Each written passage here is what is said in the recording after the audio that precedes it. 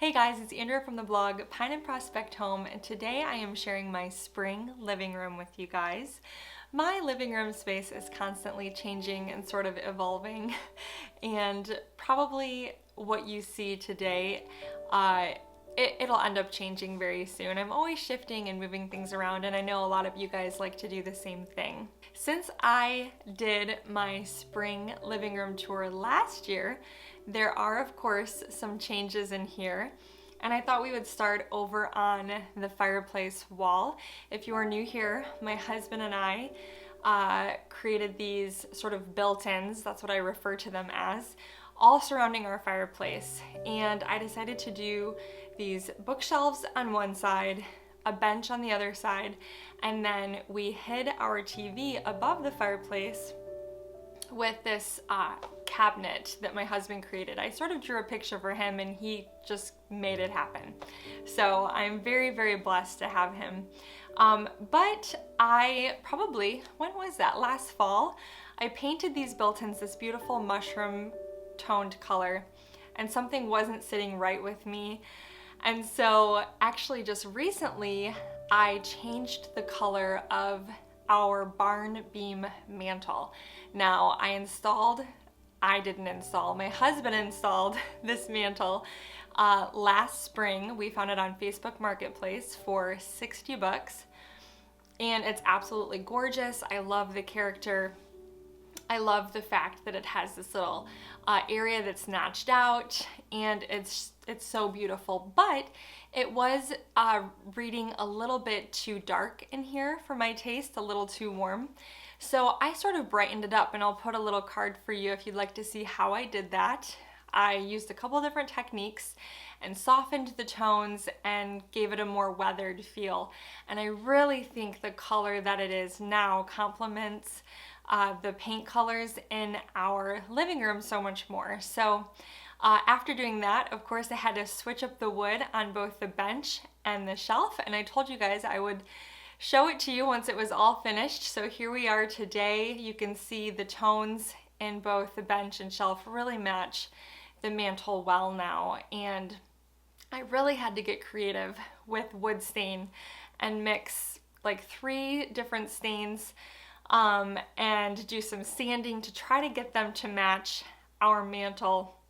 And I'm really pleased with how they turned out. I will try to include in the blog post the exact stain colors that we used for you guys. I can't remember them off the top of my head now, but if you're curious and you'd like to create a similar tone, then I will put that all in the post for you guys. So you can click that link in the description below for more information on that. As far as spring goes, I really kept things pretty much the same. I love the look and the simplicity of my white creamer little pictures that I've collected over the years. I have 5 different ones there that I like to display, and I think they make such a beautiful statement all together. And that's one of the tips that I've shared with you guys before, just adding collections to your decor. They really make such a statement, and I love the way the cream pops off of that beautiful beigey mushroom color. Of course, my breadboards, cutting boards, those have stayed the same. I have some beautiful, simple books that I've collected at thrift stores, some neutral Reader's Digest books that are on the shelf as well. Just kept things very, very simple. And then I added these beautiful flowers that I always get asked about. I purchased them at Hobby Lobby. They are so pretty, and I love the pop of green in the spring, and I just stuck them into a crock, an old antique crock that my mom gave me next to our stone fireplace. I hope that this area sort of shows you that you don't have to go crazy decorating for the seasons. You don't have to add a ton of stuff. You don't have to hang a sign that says spring. I'm not against those things. Of course, if you love that, then you need to do what you love for your home, but you can just make subtle changes, just switching out the greenery, simplifying, kind of scaling back, taking some things out for the spring and summer is what I really love to do. So that's really the only change that you'll see in this area. And then as we move along that same wall, of course, you guys know I added some new curtains, and They are from IKEA. I have a tutorial on how to hem those. It's a no-sew tutorial. And I love how they've brightened up this space for spring and summer. That's something that you should consider if you're trying to brighten things up for the season. You could always switch out your curtains. Maybe use a darker color in the fall and winter, and then in the spring, switch them out to something light and bright. Now, if you follow me on Instagram, you know that I recently hung my grandfather's duck decoys, his antique duck decoys, on the wall.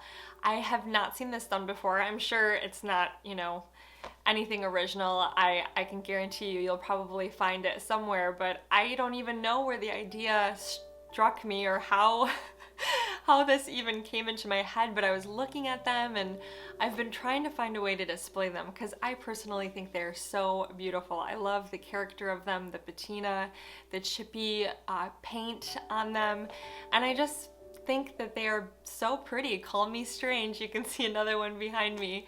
But I'm very drawn to them and I love them. And one day I was messing around with them and thought, I wonder if I could hang these on the wall. And they each have this little nail on bottom. So I created this wire loop and hung them right there in the corner next to our beautiful vintage window that I found on Facebook Marketplace for 20 bucks. And that was it. I thought that they were so pretty hanging on the wall. Of course, I don't know if they'll stay that way forever, but I'm really loving the way that looks. Now, everything else in my living room has pretty much stayed the same. And you know, that's something that I think it's okay. If you do something in your home that you love, why change it? Why mess with it? Sometimes I do things in my home and I just know it's probably not gonna last forever. I'm not in love with it. I gotta keep playing with it, gotta keep tweaking it.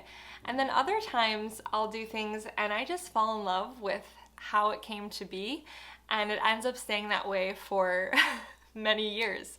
The baskets on my wall above my corner chair here are a perfect example of that. I think they've been hanging on the wall there for 3 years now, and those are thrift store and garage sale baskets. The bottom basket was, I think, $2 at a garage sale. The top one was $1. The eucalyptus that both baskets are filled with was also a garage sale find. But I just think it's so pretty, and I literally leave those baskets up all year long. I get asked sometimes, how do you dust and clean your faux greens? And every once in a while I'll just take them outside and I'll shake them off. If I notice any, dust, I'll sort of wipe them down with a cloth, but I think they're beautiful there. And I did score a pillow cover from Target recently that I think is so beautiful. I know I'll get asked about it, but I just think it's this beautiful blue pattern. I think it's by the Studio McGee line. I'll link it in my blog post as well if you want to go grab one for yourself. I actually took the insert out and replaced it with my own, but I think that blue floral is so pretty for spring. I love Target and I love the decor there, but usually I try not to go crazy purchasing decor there because I know probably every other person has all of those things from Target, and I like to be a little bit unique and different. I don't like to have the same things that everyone else has, but I fell in love with that cover and I gave in. I was influenced, I purchased it, and I think it's very, very pretty. I think it goes well with my decor. I think the soft blues flow perfectly in my living room. I also found this beautiful little chippy stool. I haven't quite found a place for it yet. I have it sitting in front of this chair, and I scored that the very last day that we were in Oak Island, North Carolina. I did a video for you guys, antique shopping. Never ended up getting that enamel bucket, but I did purchase this cute little stool. I love the character. I love the sides, that little scallop detail. I love the fact that the paint is all just naturally chipping and aged, and it's just so beautiful. So I have it sitting there for now, and I really like it. And of course, this wall, where our sofa sits, has pretty much stayed the same as well. Not a whole lot of changes. I kept things very simple on my coffee table since there are usually little boys standing on it. And I think that's really about all that has changed in this space. I have had some questions recently about this little corner right off to the side here. This table used to be next to the white chair in the corner, and I moved it over here. I really like it. I have a whole tutorial about this table. It was a dark mahogany color when my mom gave it to me. A lot of stuff I get from my mom. I'm thankful for my mom. I'm so glad that she loves antiques and old things and she passes things on to me. But I used a citrus strip spray on it to give it this beautiful weathered finish. If you have not seen that tutorial, I'll put a link for you guys in the blog post. And I love the way it looks here next to the couch. The old pulley I found at our local flea market last summer, and this sweet older couple, I think they were selling like jams and pickles, things like that, and then they just had some random old like farm equipment, and this pulley was sitting there, and I just thought it was so neat, and I brought it home and my husband said, "What are you gonna do with that?" And it's just table decor now. So not everything in your decor has to have function. Some things you just, you know, they make you happy, they put a smile on your face, they're beautiful. And so I kept that there, and of course added some green. That's, you know, my last tip that I'll leave you with. If you sort of feel like a corner or an area of your house feels a little blah and you can't quite figure out why, try incorporating some stems, just some basic green stems. I personally love creams and whites this time of year, just keeping things simple until, of course, my lilacs bloom in my yard.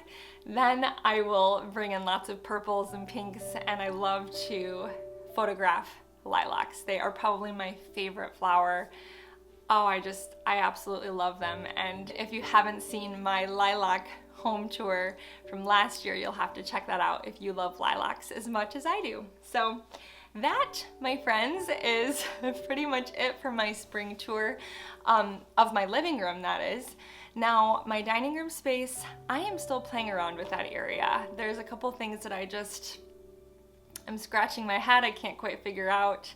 And once I do, once I kind of pull that space together, I am going to share it with you guys. But I hope you enjoyed this little tour of my living room. I didn't really focus on my entry, which is connected to the living room, because I have a whole separate post on that. If you'd like to watch it, I'll put a card for you here. Well, thank you guys so much, as always, for watching, and hopefully I gave you some simple ideas for spring. I'll see you guys next time. Bye-bye.